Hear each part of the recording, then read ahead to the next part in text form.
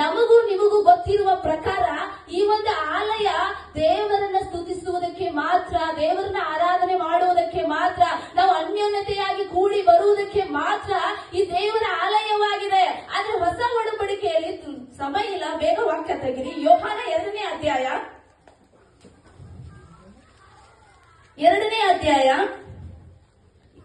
ಅದರ 18ನೇ ವಚನವನ್ನ ಗಟ್ಟಿಯಾಗಿ ಜೋರಾಗಿ ಹೋದ್ರೆ ಯಾರಾದ್ರೂ 18, 19, 20. ಯಹೂದ್ಯರು ಆತನನ್ನು, ನಿನಗೆ ಇದನ್ನೆಲ್ಲ ಮಾಡುವ ಅಧಿಕಾರ ಉಂಟೆಂಬುದಕ್ಕೆ ಏನು ಸೂಚಕ ಕಾರ್ಯವನ್ನು ತೋರಿಸುತ್ತಿ ಎಂದು ಕೇಳಿದ್ದಕ್ಕೆ ಯೇಸು, ಈ ದೇವಾಲಯವನ್ನು ಕೆಡುವಿರಿ, ನಾನು 3 ದಿನದಲ್ಲಿ ಅದನ್ನು ಎಬ್ಬಿಸುವೆನು ಅಂದನು. ಅದಕ್ಕೆ ಯಹೂದ್ಯರು, ಈ ದೇವಾಲಯವನ್ನು ಕಟ್ಟುವುದಕ್ಕೆ 46 ವರ್ಷ ಹಿಡಿಯಿತು, ನೀನು 3 ದಿನದಲ್ಲಿ ಅದನ್ನು ಎಬ್ಬಿಸುವೆಯೋ ಅಂದರು. ಆದರೆ ಆತನು ತನ್ನ ದೇಹವೆಂಬ ದೇವಾಲಯದ ವಿಷಯವಾಗಿ ಆ ಮಾತನ್ನು ಹೇಳಿದ್ದನು. Amen, hallelujah.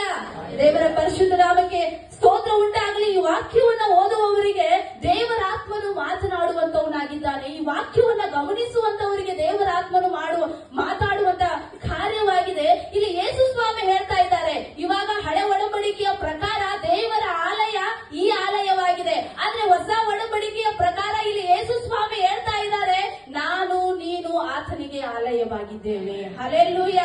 ಆತನನ್ನ ಸ್ತುತಿಸುವಂತ ಜನರಾಗಿದ್ದೇವೆ ಎಂಬುದಾಗಿ ಹೇಳ್ತಾ ಇದ್ದಾರೆ.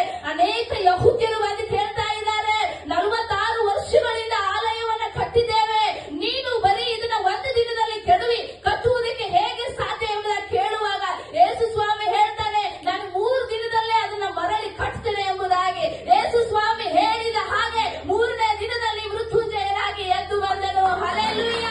ಈ ಮೆಸೇಜ್ ಅನ್ನ ಅರ್ಥ ಮಾಡ್ಕೋಬೇಕಂದ್ರೆ ಬಹಳ ಆಳವಾದಂತ ಮೆಸೇಜ್ ಆಗಿದೆ ದೇವರ ಮಕ್ಕಳೇ. ಇಲ್ಲಿ ಯೇಸು ಸ್ವಾಮಿಯನ್ನ ಯಹೂದ್ಯರು ಪ್ರಶ್ನೆ ಮಾಡುವುದನ್ನ ಕೇಳ್ತಾ ಇದ್ದೇವೆ. ಯಹೂದ್ಯರು ಆತನನ್ನ ಕೇಳ್ತಾ ಇದ್ದಾರೆ, ನೀನ್ ಹೆಂಗ್ ಕಟ್ತೀಯ ಎಂಬುದಾಗಿ. ಆದ್ರೆ ಯೇಸು ಸ್ವಾಮಿ ಹೇಳ್ತಾ ಇದ್ದಾನೆ, ನೀವು ಕೆಡುವ್ರಿ, ಆದ್ರೆ ನಾನು ಕಟ್ಟುತ್ತೇನೆ. ಈ ಆಲಯವನ್ನ ಅಲ್ಲ, ಈ ಹೃದಯವೆಂಬ ಆಲಯವನ್ನ, ಈ ಶರೀರವೆಂಬ ಆಲಯವನ್ನ ನಾನು ತಿರುಗಿ ಕಟ್ತೇನೆ ಎಂಬುದಾಗಿ. ಎಸ್, ಅದಕ್ಕಾಗಿ ದೇವರಾತ್ಮನು ನನಗೂ ನಿನಗೂ ಹೇಳ್ತಾ ಇದ್ದಾನೆ, ದೇವರ ಆಲಯ ನಾನು ನೀನು ಆಗಿದ್ದೇವೆ.